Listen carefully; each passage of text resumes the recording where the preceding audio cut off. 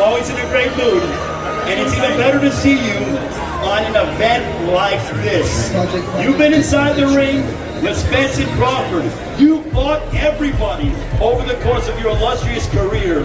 What can you tell us about Saturday night for all the gold on the line at 147? This fight's gonna be amazing. I feel sorry for anybody that misses this fight because both of these guys are the epitome of what a fighter is. They got all the heart in the world. Neither of them are gonna quit. Knock down to getting up, to knock the other one back down. You know what I mean? Like, this is just the speed, the power, the quickness. It's really, this is gonna be a fight of moments. And this is why I encourage everybody, like, don't blink. Because this is a fight, this fight right here is a moment. Other fights are like, you know who's gonna win? This fight, at any moment, something's gonna happen. And I think that that's what really special about this fight. Talk about my experience with both of them. There were moments in my fights which separated the winner from the loser. You know what I mean? So you got two special fighters getting in the ring. Don't miss the moments. Well, you have that rare fighter, having been a world champion. I want to go with Errol Spence first. What did you learn about him in your fight that you had? What a memorable encounter in September of 2019. Errol is going to stay focused. He's going to stay locked and loaded no matter what happens. He'll go down 5 rounds and he'll still stick with his game plan and work it and work it and work it until it works. And that's what's so special about Errol. You cannot get him rattled. It's really hard to get him outside of what he does, which is just be very technical, very by the book, and it works for him. For Errol also, he has dealt with his fair share of obstacles, having survived a horrific car accident, the eye injury, bounced back, and did what nobody has been able to do to your Dennis Ugas last April at AT&T Stadium. How mesmerized are you, or impressed are you by Errol Spence on his ability to bounce back after dealing with adversity over the course of his career? I truly think, and I know you guys may not agree with this, but I think that fight really just defined who he is as a fighter and as a person. I mean, he had that round when he got shook up. Nobody knows what the rest of this fight's gonna look like. And then he comes out, puts his gloves up, and he goes right at your Dennis and pushes your Dennis back.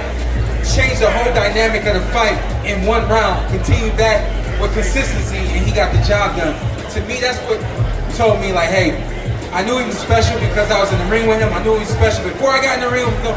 That right there lets me know exactly who he is. He's not gonna quit. He's not gonna stop. He's gonna figure it out. And once he does, Now let's talk about the opposite side. Terence Bud Crawford, 39-0, 30 knockouts. Which, by the way, I said the exact same thing about Terence. Like, go ahead and ask your question. I'm going to say, well, what did you take away from? I didn't say the same thing about Terence. I mean, you're talking about consistency versus consistency. And to me, that's the key to being a champion. Who's ever the most consistent in this fight is who's going to win. We hear about, when you look at the strengths, Terence Crawford is a lethal puncher. For Errol Spence, he's made no bones about the fact that he's going to bring the pressure. He's going to try to attack the body of Terence Crawford. In your estimation, is this fight determined based on who can withstand the other's firepower? I do. I think for Terence, it has to be about breaking down Errol Spence and not allowing Errol to feel success. If Errol doesn't feel success, he's just gonna keep forcing it, and that's when something bad can happen to him because he's forcing it. But if Errol's finding success getting to the body, finding success hitting the shoulders, the arms, whatever it has to be, Errol just wants to touch you. And as long as I can touch you, I know that eventually something good's gonna happen. You know, so I think for Terence, it's just a matter of controlling the range and the distance and not allowing Errol to see success moving forward. It sounds like you're saying that Errol, when he gets going, kind of becomes like an avalanche and just keeps bringing pressure and really gains confidence as the fight progresses. Yeah, I've had people ask me, how is it that Errol gets stronger as the fight goes on? I said, it's not necessarily that he gets stronger, it's just the momentum that he builds round after round, along with breaking down his opponents. It looks like he's getting stronger, it's really not. It's just that momentum is building, and it just becomes this big, like you said, big ball, avalanche of snow, and it's hard to stop that. Shawn, you have been a part of some memorable events, big pay-per-view events all over. What does it mean for a prize fighter to get to this rarefied era of headlining a pay-per-view event here in Las Vegas with the world watching? this is what it's all about. And early on, you don't even know that this is possible. You know, it's not until you get on a big undercard where you're like, oh man, I want to be there one day. And so I know that this is the first time both of these fighters are having a big arrival, and the room is full. Everybody's expecting to see them, and I know that the excitement that this brings is like bar none. It's like this in the fight is all that matters to them right now, you know? You know, I always ask you this question because I'm a selfish person in this regard. I'd love to see you back, but seeing all this, the lights, the camera, you know, everyone here, does it make you miss competing inside the ring? What time is it? Showtime! What time is it? What time is it? I don't have to come back to get that.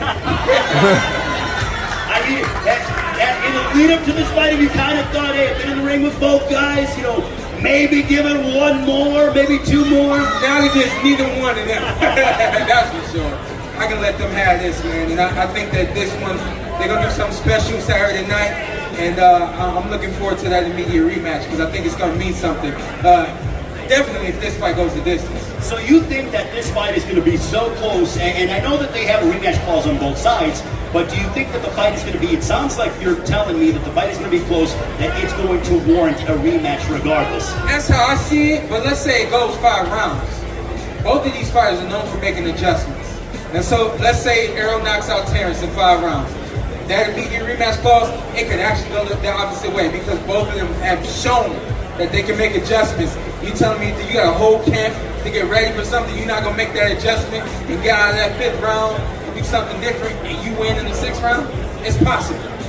Well, also, finally, Shawn, before I let you go, how great of a year has this been for boxing? I mean, we were just here in the springtime for that mega event with Gervonta Davis and Ryan Garcia. Now, lo and behold, here we are in the heart of the summer where we have Spence and Crawford. For the first time in history, there will be an undisputed welterweight champion of the world crowned in the 4-belt era. I think this is a special wave that's come for boxing where there's a lot of people out here in the world, especially America, that aren't boxing fans.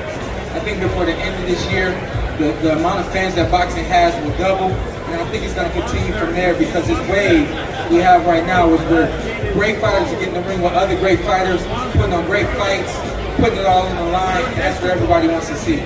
Showtime, I always appreciate your expert analysis. We look forward to seeing you on Fight Night. Hey, how excited are you to be able to sit ringside and watch all this go down? I'm excited. Shameless plug. I'm launching my suit line, Shawn Porter Suits and Service. Suit line? Suit line. Uh-oh. I'm doing some things for GQ this weekend. You? And man, it just keeps getting bigger and better for me. So I'm excited for what these guys are gonna do. I got no what do you call it? I got no horse in the race. You know what I mean? I got no dog in the race. I'm looking forward to a great fight, and I'm looking forward to the future for both these fighters. Ladies and gentlemen, give it up for the welterweight champion of the world, Showtime, Shawn Porter.